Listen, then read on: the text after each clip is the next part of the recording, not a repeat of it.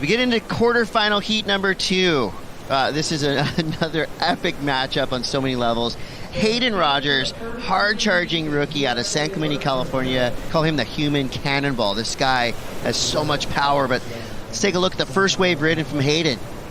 417 to start.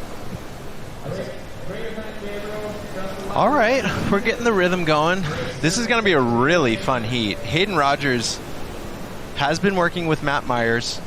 He is really, actually, Chris, I feel like we're just in this new era. He starts as a free surfer, thinking outside of the box, massive maneuvers, and now he's having a great run already on the Challenger Series. I wouldn't be surprised if we see a backflip right here. This kid has every trick in the book. I would put Hayden Rodgers in the category of like up next in the San Clemente Cyclone. The surfers just elect to surf the heat how they really truly want to. And we knew that Deivid Silva was going to be preferring his backside. He's just got an incredible whip.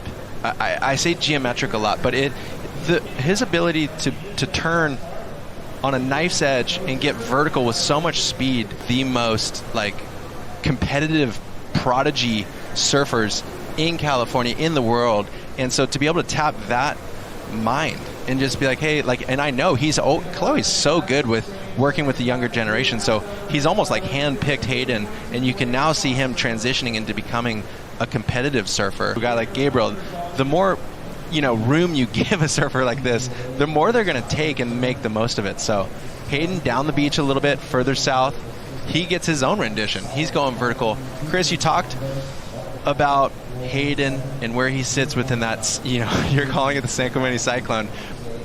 This surfing is awesome, actually. Like 2 vertical turns, kind of understated on the first one, and then has to poke through the lip on the second. But not only is Hayden just riding for the brand of Stecco that is Chloe's, he actually surfs with them pretty much every day. So this crew of kids now is getting direct lineage from Chloe and Dino, who was like long and wide. It's really incredible. Silva now finds a little left-hand runner. So super precise, powerful.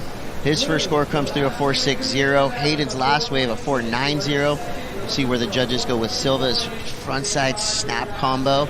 20 minutes 30. Used a lot of times in these smaller waves too, because it just can get angular, especially on your backhand. You see Deivid loves the way that board swings with all of that pivot, right? Right there is a pretty great example of him being able to basically jump off of the bottom of the wave and connect with the lip. Ooh, Hayden went upside down, but so did Deivid. Pure power, 2 huge snaps out the back. He makes it all the way through to the inside.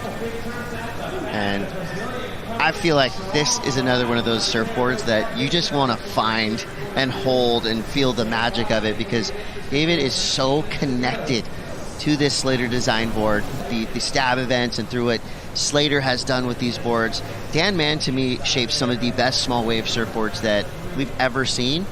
I've experienced one, and they truly are just like magic carpets and waves like this, and you can tell that Deivid is...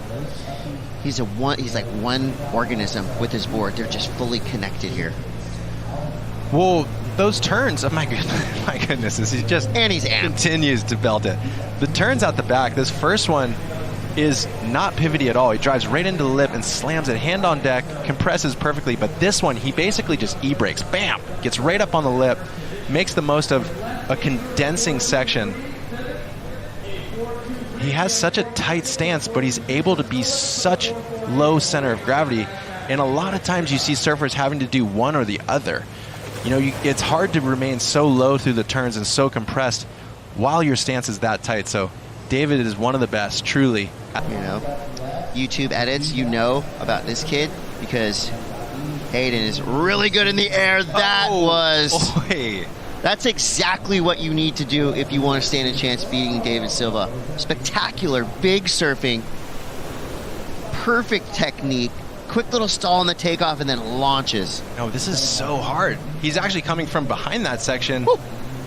And where you normally get caught in that lip, they're these thoroughbred competitors. When they come into these heats, they know how to close, they know how to come back. So Hayden has to do his work, which he ultimately is. He's thrown another singular air to the flats, so we'll see where that comes in. That was tough. launching kind of like not up but out, the one he did previous. But here we go. Just sees the ramp. That is so hard to do, and he made it look so easy.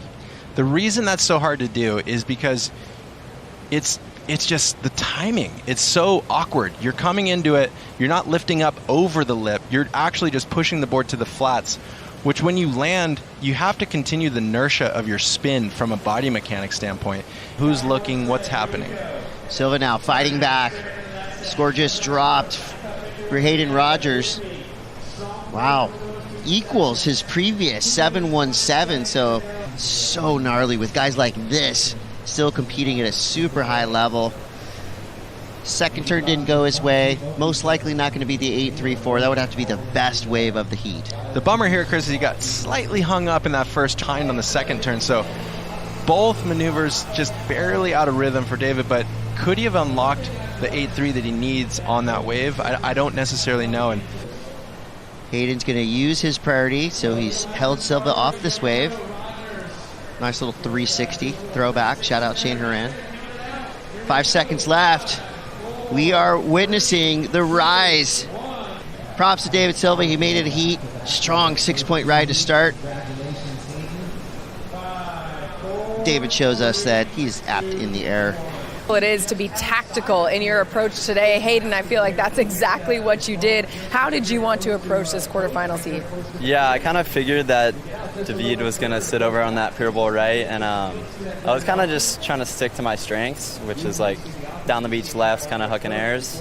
Me and Myers have worked a lot on that just through like the regional throughout last year, and kind of keeping that same recipe. Even though it seems like a bigger event, it's kind of, you just got to do the same thing. Well, it seems like a bigger event because it is a big event. You're at the U.S. Open of Surfing and you're on to the semifinals for the first time in your Challenger Series career. How are you making sure that you stay in the zone of, hey, this is just another event?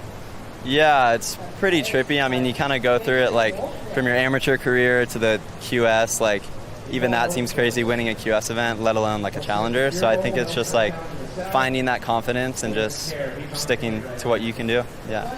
Well, and we were talking before about all the crew in San Clemente and the crew in Southern California that's really poured into you. What do you think is the biggest lesson that you've learned from working with Kolohe the last few years?